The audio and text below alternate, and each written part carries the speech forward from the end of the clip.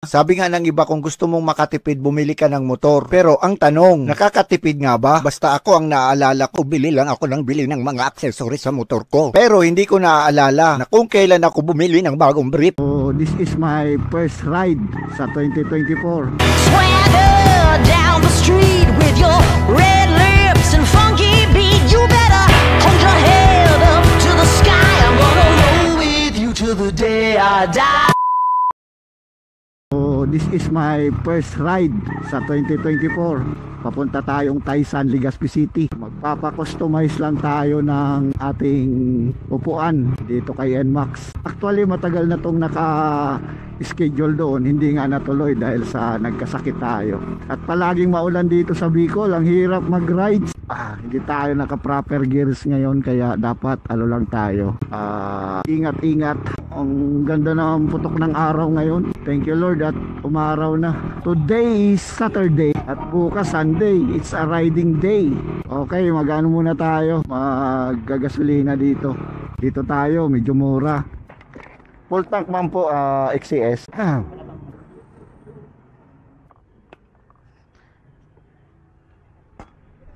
Thank you. Gloves muna tayo. Dumi ng gloves. Alright, all goods na. Ready na tayo. Tara na, let's go. Medyo basa yung gloves ko. Baka mabantot to. Nababasa sa U-box. Grabe. Oh, ang ganda ng sikat ng araw. Ang sarap mag-rides talaga ngayon. Woo! So ano ba ang mga ganap ni Ritaso ngayong 2024? Wala lang. Yun, nadagdagan naman yung edad natin. Nag-birthday tayo nung nakaraang araw. At hindi nga tayo nakakapag-vlog masyado kasi yun nga, nagkasakit tayo. Uso ngayon yung ubot sipon. Kakaibang ubo, kaya ingat-ingat kayo mga karitaso. Health is wealth pa rin. Uso ngayon yung trangkaso. Ewan ko ba kung trangkaso ba talaga yan. Kasi ang tanggal ng ubo. Mga 2 linggong ubo, meron pa. Kahit mag-antibiotics kayo. Yung ubo mo sa 2023, dala mo pa sa 2024. Kaya palakas tayo ng ating mga katawan. Lalo na yung may mga comorbs. Ibahin natin yung mga resistensya natin.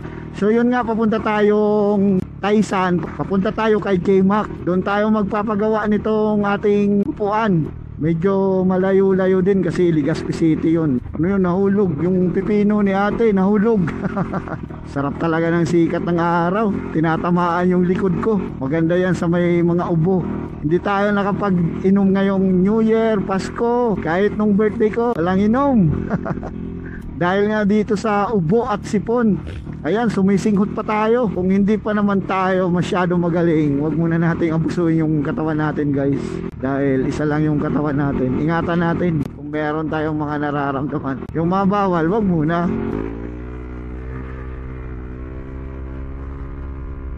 Maingay. Maingay yung motor natin. Hindi ko masyadong naset sa tahimik eh. Pag pinipiga, dinig na dinig yung lutong.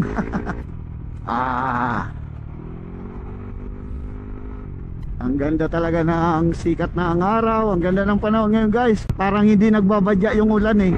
Sana maghapon na to. Baka ano din yung mga riders makabelo. Kasi palagi na lang maulan eh. Ito ay ingatan natin dahil sa palagi maulan yung daan, lalo na pag mga asfalto is lumalabas yung mga lubak, nasisira yung daan dahil sa ulan. Kaya magdadaan-daan tayo kasi hindi natin kabisado yung mga lubak na dito. Kasi matagal na tayong hindi nakakadaan dito. Yun o, nagsilabasan yung mga lubak. Grabe ba? Woo! Ay sinalubong tayo. Yun, nice. Pagbigyan na natin.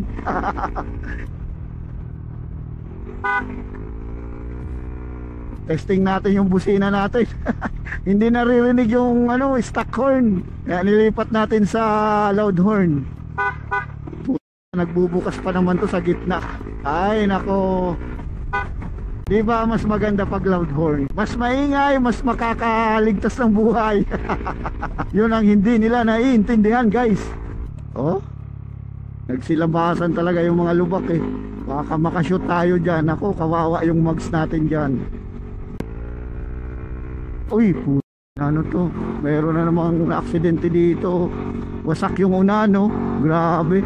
Hindi nyo ba alam guys, pag madaming kurmada, nahihilo ako. Pero pag nasanay na, pag na-warm up na, nawawala din. Hindi tayo masyado nagko-cornering eh. Lalo na kung paumpisa pa lang mag-rides, di pa nabubuhay yung dugo.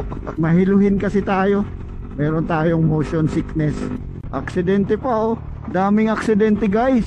Parang ano yan, masamang pangitain. Kaya dapat dubling ingat tayo. Daming aksidente. Doon tayo dadaan sa Sugoy, magko-corner-corner tayo doon. Madaming kurbada doon, lalo ako mahihilo doon. Oh. Ay puto na.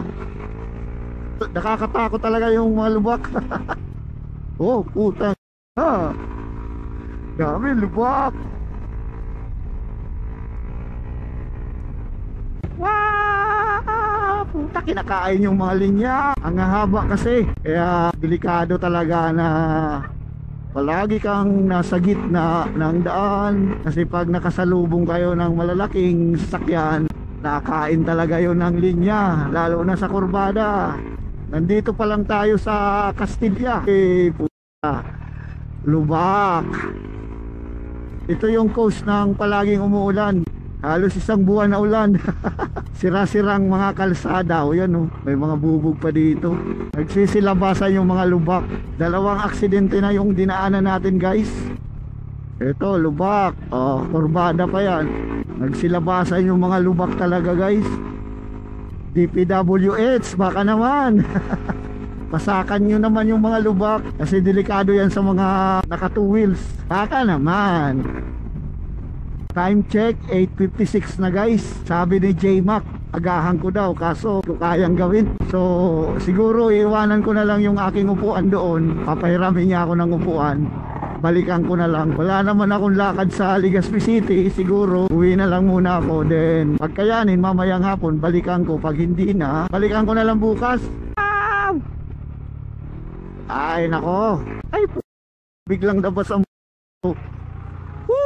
Mapasaway ito eh. Yung ginagawa nito, biglang labas.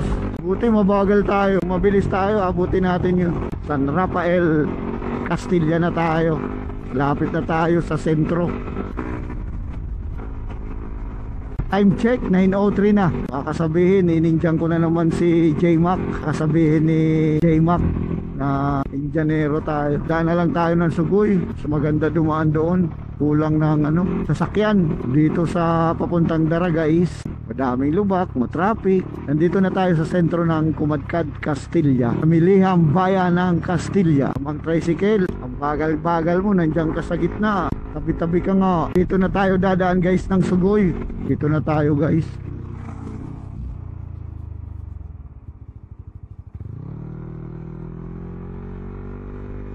Ayan, may checkpoint dito. Stop, PNP checkpoint. Mas maganda kasi dito dumaan guys, kahit medyo libot to. Kulang yung kasabayan mo sa daan compare doon sa highway. Dami mong kasabayan doon, mga malalaking truck. Tapos alam ko dami pang luwak. Dito medyo matagtag din kasi sementado lang to. Hindi siya asfaltado, pero doon sa unahan asfaltado na. Kaso medyo maliit lang yung daan. Saka dito dapat tayo dumaan kasi sa Taysan tayo. Baya Bangkiruhan. Eto, asfaltado na guys. Tapos reduce speed kasi meron ditong tulay. May dadaanan tayong tulay dito at kurbada. Kaya no, blind curve yan kasi guys. Eto na guys, so, tulay. You know. Kaya hindi dito pwede dumaan yung mga malalaking truck kasi itong tulay na to is 10 tons lang yung capacity niya eh. Masisira yan pag dinaanan ng mga heavy equipment, heavy loaded na mga truck. 2 lanes lang dito. Kaya medyo talaga masikip yung daan. Pero ang kagandahan nga lang, kulang ng mga sasakyan. Kumbaga walang traffic. Ingatan nyo din dito yung mga aso. Daming aso dito. Ayan, 2 lanes na talaga to. Diba masikip yung kalsada. Time check, 9:12 na. Parang ang tagal. Daming kurbada dito. Tapos may mga roadworks. Tingnan yung kulay ng lupa dito. Kulay red. Madulas yan. Kaya daan-daan tayo. Road widening na dito. Kaya medyo madulas kasi yung putik kumakalat sa kalsada. Sana wag nang umulan eh, kasi baka mabasa tayo. Dumadami kasi ako guys pag nababasa eh. Kago, diretso tayo guys. Checkpoint din no. Dami palang checkpoint dito. Pistahan. Wait ka lang. Ako muna. Huwag kayo magmadali. Dalawang checkpoint dito sa Sugoy Tagal magminuro. Merong engine brake pala merong engine brake yung motor natin guys. So ang tagal niya pre-wheel. Pagpabalik di na ako dadaan dito. Daming roadworks daming roadworks. Nakapagpa-traffic yung Mitsubishi. Dami pa namang kurbada, di makapag-overtake. Para tayong merong parada, sinusundan yung Mitsubishi. Yung Montero? Montero ba yun? Kung mag-overtake yan, kurbada yan. Jackpot ka sana. Ayan, sige, pira. Clear. Aso. Nakakahilong. Panay kurbada. Nahirapan akong kumembot. Dito na tayo sa Bangkirohan. This is it, Pansit. Malapit na tayo guys. Time check, 9:22 na. Daming pulis talaga. Ba't kaya? Bakit kaya?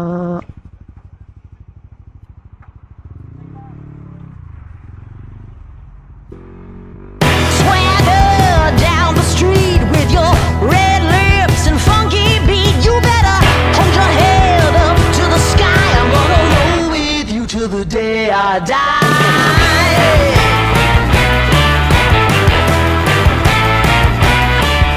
Hey, swing those hips around. Can't stop, roll back down. My ladies, short, tall, thin or wide, always down. Kapit na tayo guys. Kunti na lang to. 9:29 na. Time check. Tinanghali tayo ng gising. Dahan-dahan na tayo. Taysan na to eh. Ay, humapon pa lang. Di pa to Taysan. Sorry. Kala ko Taysan na. Medyo malayo talaga dito. Libot na libot kasi. Doon tayo dumaan sa may Anislag. Siguro, nandun na tayo kay J-Mac Pasio. Anong lugar na kaya to? Baka makalampas tayo. Ito na siguro, malapit na tayo guys. Dahan-dahan na tayo dito. Taysan na to eh. Ito, Taysan na tayo. Saan ba dito yung Boss, taga dili ka? Taga dili. Araw mo itong nagpapakustomize kisit sa Taysan kay J-Mac. Sa Inutan pa? Sige po. Salamat. Dadaan-daan na tayo dito guys. Sa may Bureau of Fire daw yun eh. Tatanong-tanong na tayo dito. Pwede magtanong. Saan dito yung ni J-Mac? Paayusan ng upholstery? Ang Bureau of Fire, hain po. Sa unahan pa? Okay, salamat. So may unahan pa daw eh. Ito na yung gasolinahan sabi ni LB Alba. And saan ba yung Bureau of Fire? Sir, taga rito po kayo? Taga rito po kayo? Aram nyo po ang Bureau of Fire? Bureau of Fire? Yung Bureau of Fire? Hindi ko po alam. Saan kaya? Okay po. Sige po. Salamat. Ito siguro yun. Ito. Ito yun. Bureau of Fire. Boss, ay pwede magtanong? Dito na lang. Pwede po magtanong? Saan po dito yung yung nag-upholster, si J-Mac? Saan po dito yung nag-upholster po, yung si J-Mac? Upholster po yung J-Mac na J-Mac. Opo, works. Nag-upholster po, nag-aayos ng mga sa upuan. Dito daw sa may Bureau of Fire eh. Sa may Bureau of Fire daw eh. Baka doon sa sa tapat ng Bureau of Fire yung daan dyan, harap ng BFP. Amo po, salamat po. Ito. Sa tapat ng BFP, papasok dito. Sir, pwede po magapot? Saan po digdi ang ni J-Mac? Ang nag-aayos kay mga upholster? Malaog pa ako digdi. Uli. Mining mo yun dyan, oh. Mga tangko ang motor. Opo. Yun dyan, oh. Salamat. Ay, ayun. Dito pala. Thank you po. J-Mac. Mahirap kang hanapin pero hanapin kita. Dito na tayo guys. Naka-record pa ba ako? O yun, naka-record pa tayo. J-Mac. J-Mac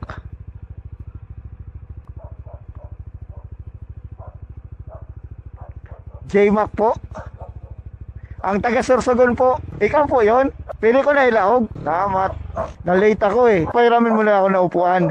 Pwede man po. Tapos balikan ko na lang. Pero kung magtatambay ako dito, pwede naman. Wala naman kasi akong lakad eh. Pero maghapon to. May nauna ka na? Ah, sige. Antayin ko na lang siguro. May malapit naman dito na ano. Pwedeng pagkainan ano. Ah, sige. Tambay na lang tayo dito. Ito pala yung J-Mac. Nagko-customize ng mga seat cover. Ng mga upuan ng motor. Matagal yung pagpatuyo. Bala ko kasi kung hindi kaya, balikan ko na lang bukas.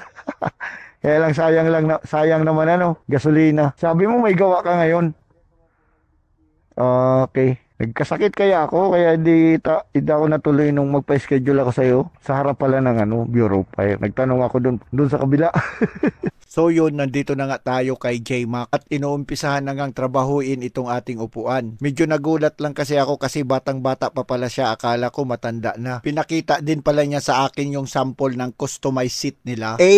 Apakaangas! Ganito din yung ipapagawa ko sa kanya. Sabi niya sa akin medyo matagal-tagal daw ang paggawa nito. Aabutin daw to ng mga 5 oras. Kaya medyo matagal-tagal na antayan to. Sobrang mabusisi kasi ang paggawa ng ganito. Kaya matagal yung proseso. Kaya ayun, taga-Masid lang tayo muna dito. Actually, gustong-gusto ko na talaga dito mag-request ng kape. Kaya lang, syempre, nahihiya tayo. So, ito na nga yung sinasabi ko kanina, kailangan patong sukat-sukatin. Hindi kasi basta-basta yung paggawa nito. Dapat detalyado talaga. Isa pa pala sa nagpapatagal sa paggawa nito, yung pagdikit ng rugby. Kailangan pa kasing patuyuin ng rugby bago ito idikit. Hindi kasi siya didikit pag basa pa. So, ganito pala yung itsura niyan, guys, pag hinuhulma pa. Parang mga tinapay lang na pinagpapatong-patong. O, diba ang tagal-tagal ng proseso sa paggawa nito. Daming sukatan na nangyayari. Buti na lang tirik yung araw. Kaya mas mabilis patuyuin ang mga dapat patuyuin.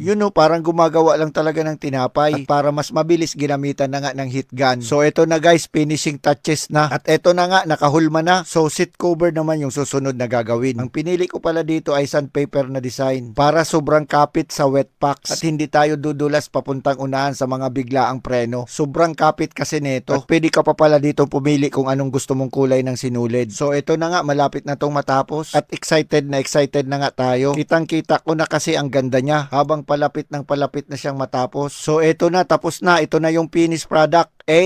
Quality check. Apakaangas. Siyempre, pipicturean niya muna yan bago niya ikabit sa aking motor para ma-upload niya sa page niya. At siyempre, paki-like and follow na lang po sa kanya. Alright. Tuwang-tuwa naman ito yung mga pusa pagdating ko sa bahay. The moment of truth, ayan na, kinakabit na. Sabi nga ng iba, kung gusto mong makatipid, bumili ka ng motor. Pero ang tanong, nakakatipid nga ba? Basta ako ang naaalala ko, bili lang ako ng mga accessories sa motor ko. Pero hindi ko naaalala na kung kailan ako bumili ng bagong brief. Alright, finally, tapos na. Ito na ang kanyang final looks. Sobrang ganda na naman ni NMAX. Highly recommended ko to mga karitaso. Sobrang quality talaga yung gawa ni J-Mac. Nakakabilib talaga ang batang to. Isipin nyo naman, batang-bata pa siya pero marunong na siya maghanap buhay. Sa ganyang edad, kumikita na siya ng pera. At syempre, susubukan na natin kung gaano ka-comfortable ang upuan na to. Apakasarap sa wet pack. So yun, pauwi na tayo. Alright, napakasolid ng gawa. Tapos na. Salamat sa'yo, J-Mac. Shout out sa'yo. Solid. Yeah. Uwi na tayo. Tuwang-tuwa naman tayo na ito. Nakangiti na naman tayo habang pauwi. Alright. Uwi na tayo. Teka. Meron pa palang picture taker ulit para may remember. Sige. Okay. Napakasolid. Gawang J-Mac. Okay na. Salamat. At hindi pa nga pala tapos. Meron pang pahabol na picture. Salamat. Sige. Salamat. God bless. Ang sipag ng batang yun eh. Batang bata pa siya eh. Kumikita na ng pera. Mura lang magpagawa doon. Kung gusto nyo magpagawa guys, by appointment, i-schedule kayo. Kasi matagal ang paggawa ng ganitong upuan. Matagal siyang gawin kasi mag-isa lang siya.